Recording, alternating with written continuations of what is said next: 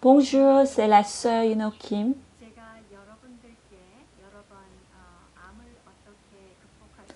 J'ai déjà plusieurs fois témoigné comment je puis surmonter le cancer. Mais aujourd'hui, spécialement,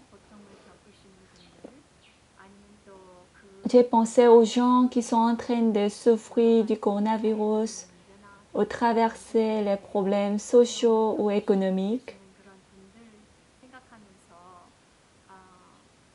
En réfléchissant au moment où j'ai été submergée par les ténèbres, j'ai eu la force et l'espoir par la parole de Dieu.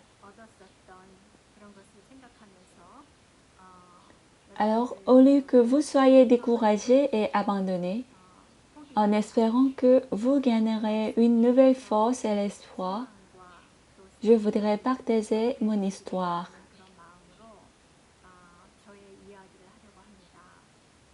Au mois de février 2016,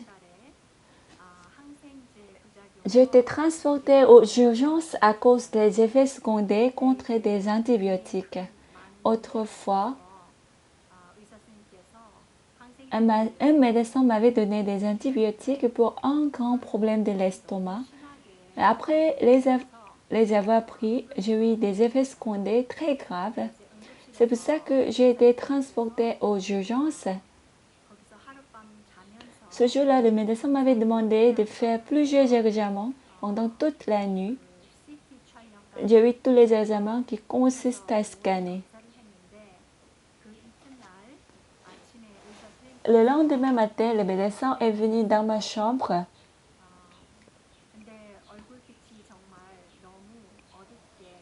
Ayant un visage très sombre avec souci, et il a tenu ma main avec des larmes aux yeux et m'a dit: Madame, vous êtes atteinte du cancer. Quand j'ai écouté cette parole, mon cœur a sursauté.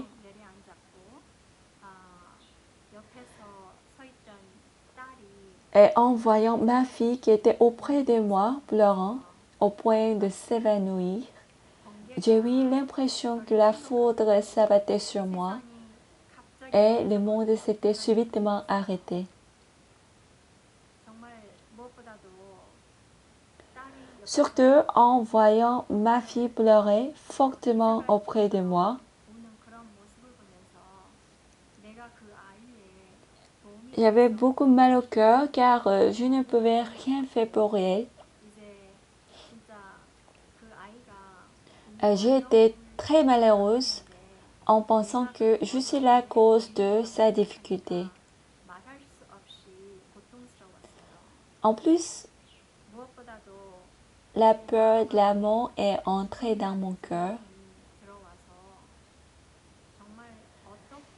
J'ai été désespérée en pensant à comment gérer ma vie. Ayant le cœur qui voulait survivre, j'ai prié au fond de moi en soumettant ma fille et mon mari entre les mains de Dieu. Seigneur, tu vas prendre soin de eux.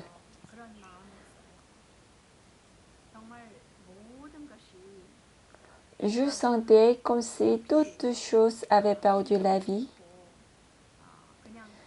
et que le temps s'était arrêté. Donc là-bas, j'ai été transportée en ambulance dans le département du cancer qui était à une distance de 2 heures. Quand j'y suis arrivée, le médecin qui est spécialiste en cancer m'a dit que je dois subir immédiatement l'opération.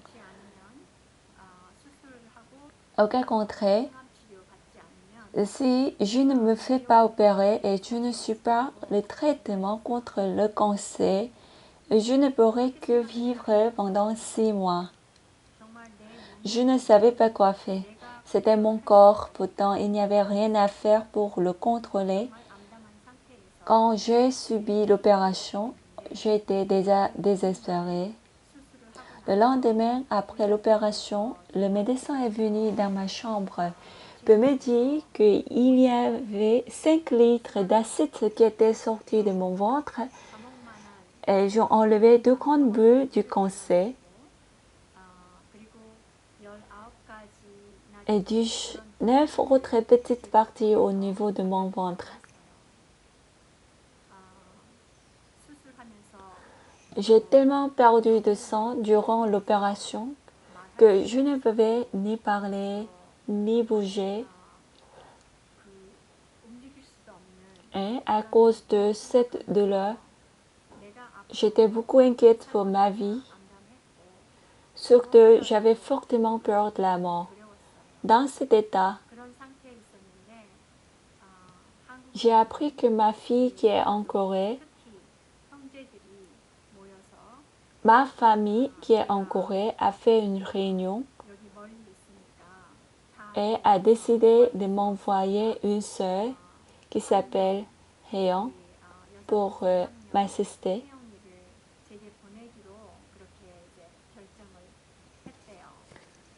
Ils ont cotisé l'argent pour acheter son billet d'avion. J'étais très très reconnaissante quand elle est arrivée. Quand j'avais quitté la Corée, j'avais abandonné tout, même ma famille, pour mon propre bonheur afin d'arriver ici. Du coup, je vivais beaucoup dans la condamnation. Pourtant, en écoutant la nouvelle qu'elle va venir de loin pour prendre soin d'une personne comme moi, j'étais beaucoup reconnaissante.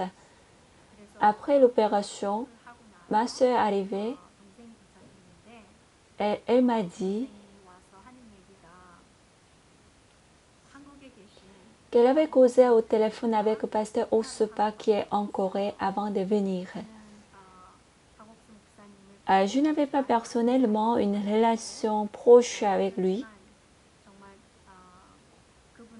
Pourtant, je connaissais déjà qu'il est un homme spirituel, un grand leader. Du coup, j'avais le cœur qui voulait compter sur lui. Mais ce n'était pas facile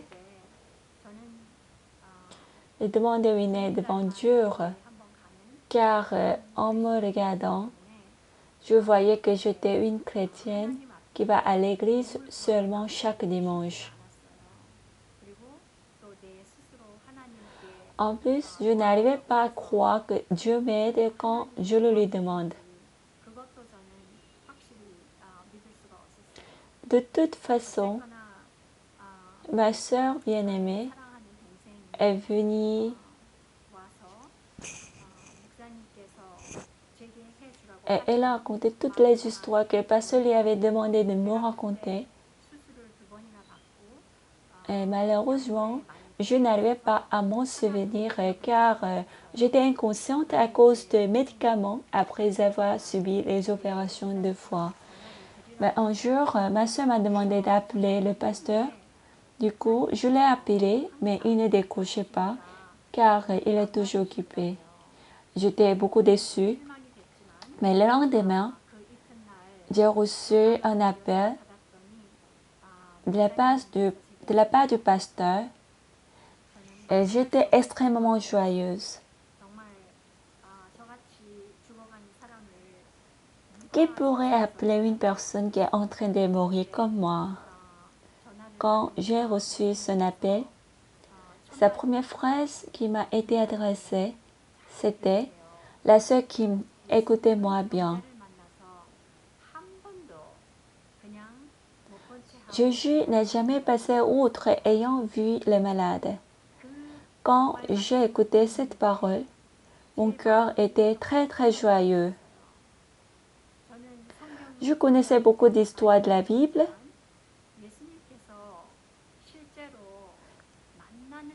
Pourtant, je n'avais jamais pensé que Jésus a guéri tous les malades qu'il a rencontrés. Bien sûr, j'ai beaucoup entendu dans la Bible que Jésus a rencontré les malades Et il a relevé un boiteux et il a fait ouvrir les yeux de l'aveugle. Mais je n'y pensais pas profondément. Jésus n'a jamais passé outre en voyant les malades. Cette parole m'a apporté un grand espoir dans mon cœur. Je me disais, dans ce cas, moi aussi comme eux, Jésus va me guérir. J'étais très très joyeuse. Cette parole qui dit, il n'a jamais passé outre. Elle m'a délivré de la peur et m'a transportée dans le pays de l'espoir. Mon cœur était si joyeux au point de s'envoler et j'étais très reconnaissante pour la parole du pasteur. À ce moment-là, la parole du pasteur était comme la voix de Jésus. Et le pasteur a continué à me partager. Vous étiez morts par vos offenses, lui a rendu à la vie, car c'est par la grâce que vous êtes sauvés, par le moyen de la foi, et cela ne vient pas de vous, et c'est le don de Dieu. Ce n'est point par les œuvres afin que personne ne se glorifie. En parlant de cette parole, il a dit, « Sœurs, vous ne pensez jamais à votre faiblesse et vos défauts. Ne les regardez pas. Même si vous êtes charnel, vous commettez les erreurs et vous êtes faible,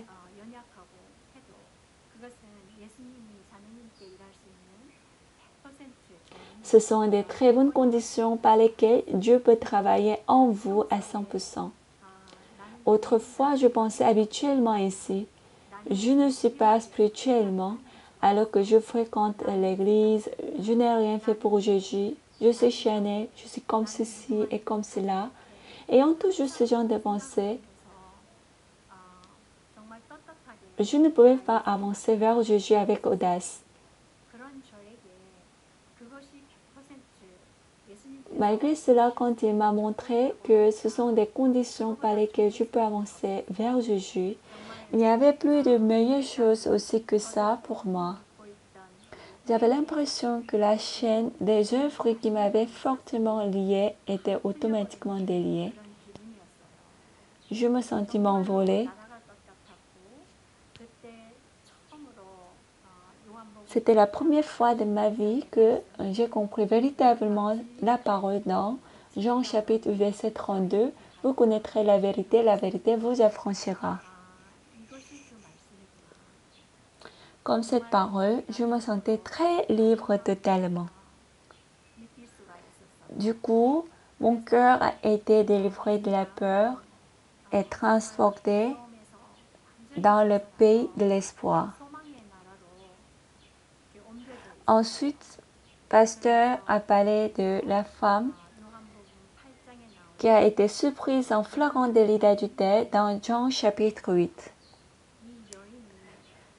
Quand cette femme était amenée devant Jésus, beaucoup de personnes ont attrapé les pierres dans leurs mains pour la lapider à cause de ses actes. Jésus a fait tomber les pierres par terre qui devraient être jugées sur elle. À ce moment, une scène a apparu dans mon esprit, dans laquelle toutes les pierres qui devraient venir vers moi sont tombées par terre, comme une image d'un film.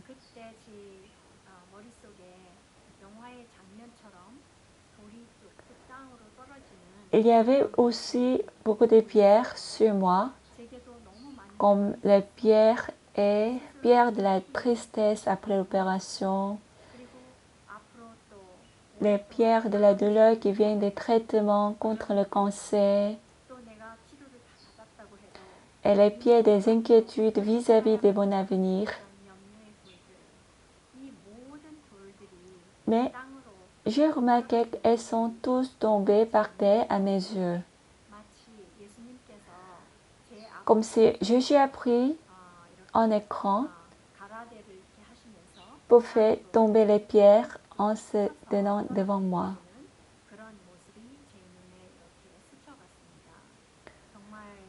J'étais très reconnaissante. Comme la parole du pasteur, dans Ésaïe chapitre 40, verset 31, il décrit ceux qui se confient en l'Éternel renouvellent leur force. À travers cette parole de Dieu, une nouvelle force extraordinaire a commencé à entrer en moi. Du coup, j'ai pu avoir la force, malgré la douleur après l'opération, pour surmonter la douleur et les difficultés, ayant la joie et l'espoir remplis dans mon cœur. Après ça, je ne m'inquiétais plus et je n'avais plus peur, tandis que mon corps était sur le lit. Mais mon cœur s'envolait avec la joie, le remerciement et le bonheur. Quand j'y pensais souvent, je me demandais comment cela était possible à l'époque. J'ai pu voir que cela ne venait pas de moi-même. Plus tard, j'ai passé un bon moment avec ma sœur et je mangeais des repas délicieux que ma sœur préparait. Elle est retournée en Corée après et j'ai dû avoir des visites à l'hôpital pour le traitement contre le cancer une fois par semaine pendant 18 semaines. Je devais voyager 2 heures de distance pour y aller chaque semaine. Cependant, puisque Dieu a déjà apporté toutes sortes de peurs, et il m'a rempli de joie, de remerciements et d'espoir, ce n'était pas du tout difficile de subir des traitements et je n'avais plus peur. Du coup, j'allais là-bas avec un cœur en joie, comme si j'allais au pique-nique. Mon mari apportait de la nourriture dans les sacs de pique-nique et je m'habillais bien avec de jolis habits, comme une personne qui ne subit pas des traitements contre le cancer.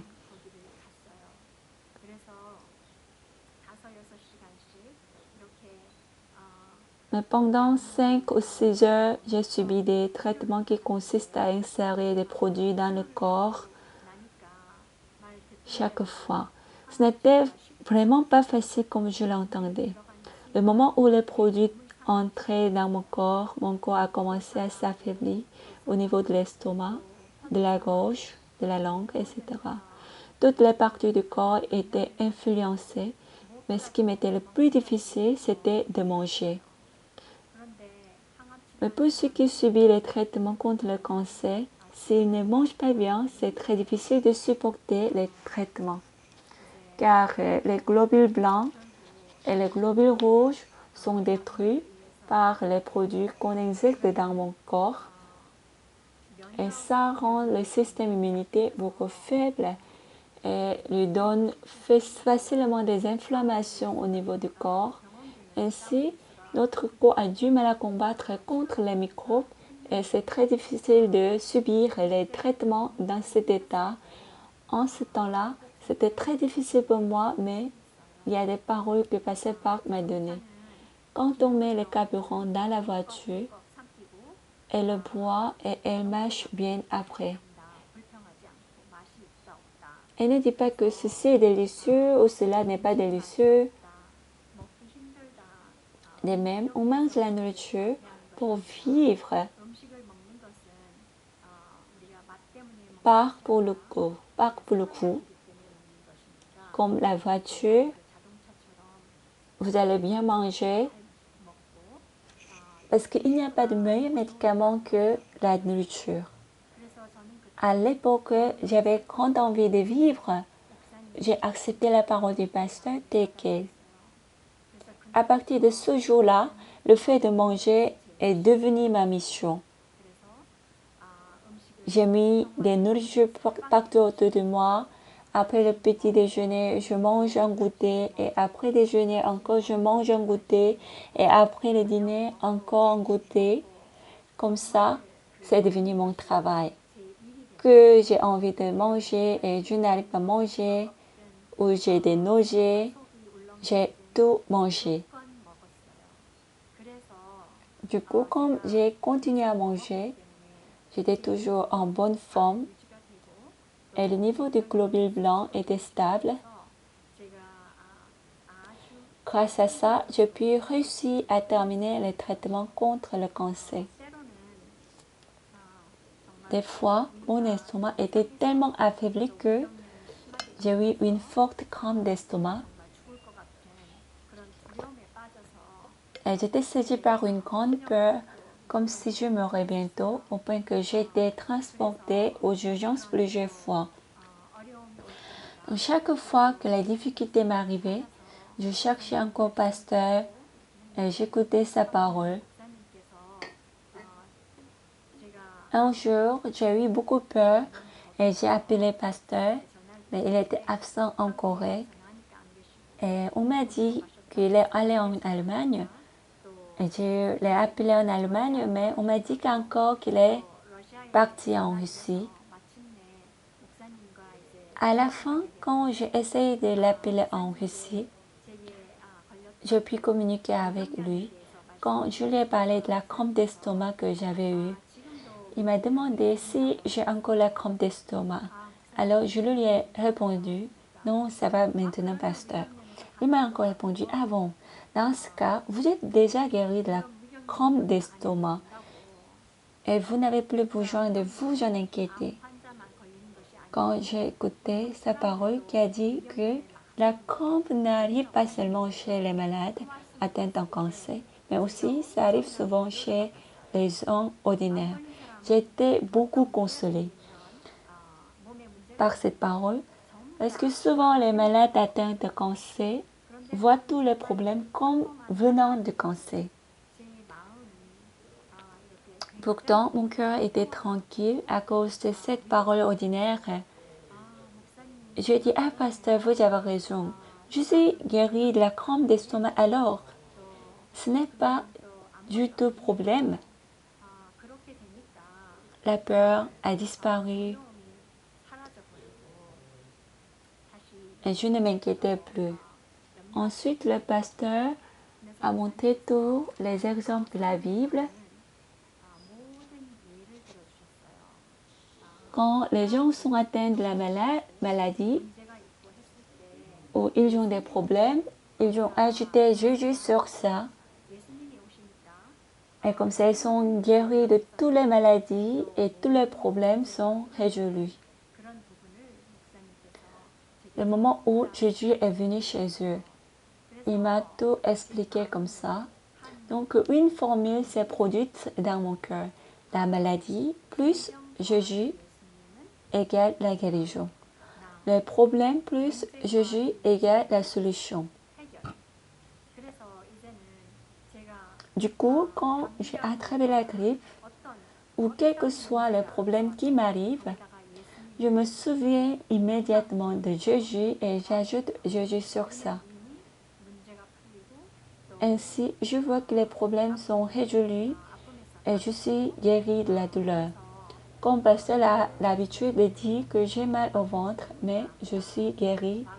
La parole dans Marc chapitre 11, verset 24. Tout ce que vous demanderez en priant, croyez que vous l'avez reçu et vous le verrez s'accomplir. Comme cette parole, quand je suis malade, j'ajoute Jésus sur elle et ainsi je peux voir que tous mes problèmes sont résolus. J'étais très très reconnaissante. Je crois que Dieu a pitié de moi et il m'a envoyé le serviteur de Dieu. Du coup, la nouvelle force m'est arrivée à travers la parole qu'il m'a donnée. Je suis très reconnaissante parce que j'ai pu vaincre la maladie douloureuse comme le cancer avec la joie et le remerciement.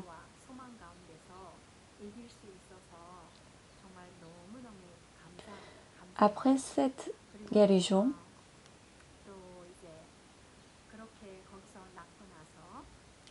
pasteur m'a appris à utiliser tous les outils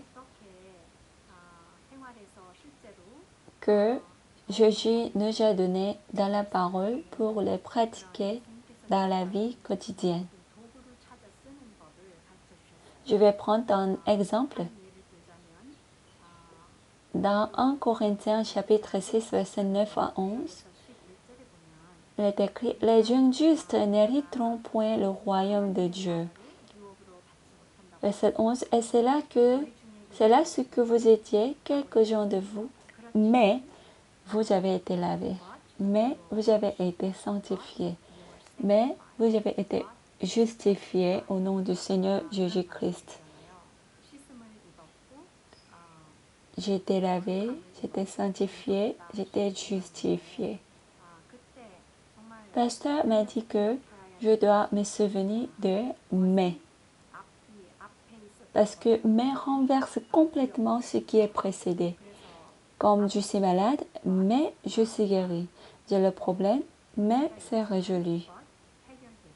Je suis pauvre, mais j'ai enrichi plusieurs. J'étais très reconnaissante pour cette parole.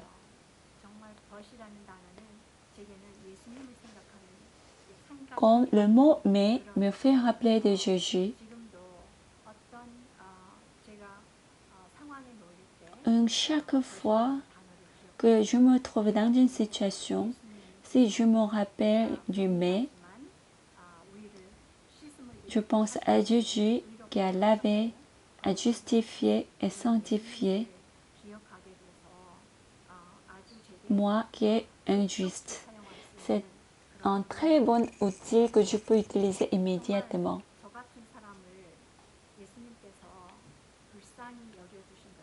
Je ne peux pas exprimer cette gratitude envers Jésus qui a pitié de moi. Parce que si j'étais une personne qui a beaucoup travaillé et a mené la vie spirituelle avec fierté, je me tiendrais devant Jésus avec courage. Pourtant, je n'étais jamais dans ce cas. Alors, je suis très reconnaissante à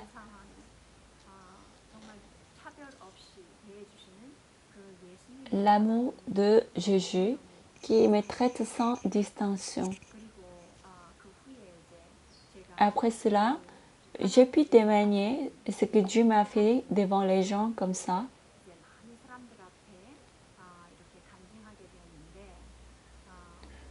Également aujourd'hui, en réfléchissant au travail de Dieu qui est opéré en moi, particulièrement pour les personnes qui sont atteintes du coronavirus aujourd'hui,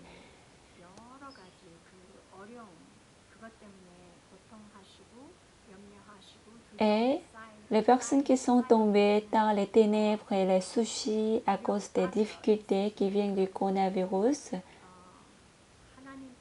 comme Dieu a travaillé en moi, je crois que Dieu vous donnera la nouvelle force et l'espoir à travers la parole.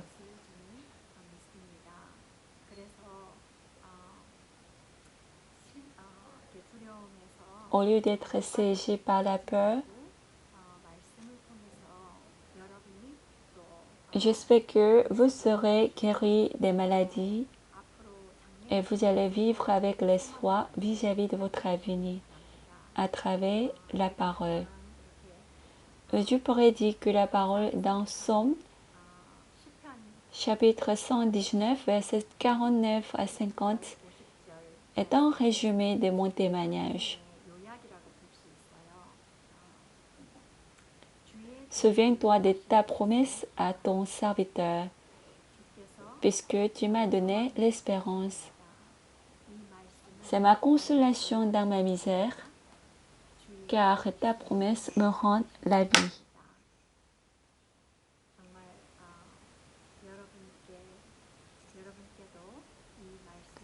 Et je souhaiterais que cette parole vous apporte l'espoir en vous. Merci.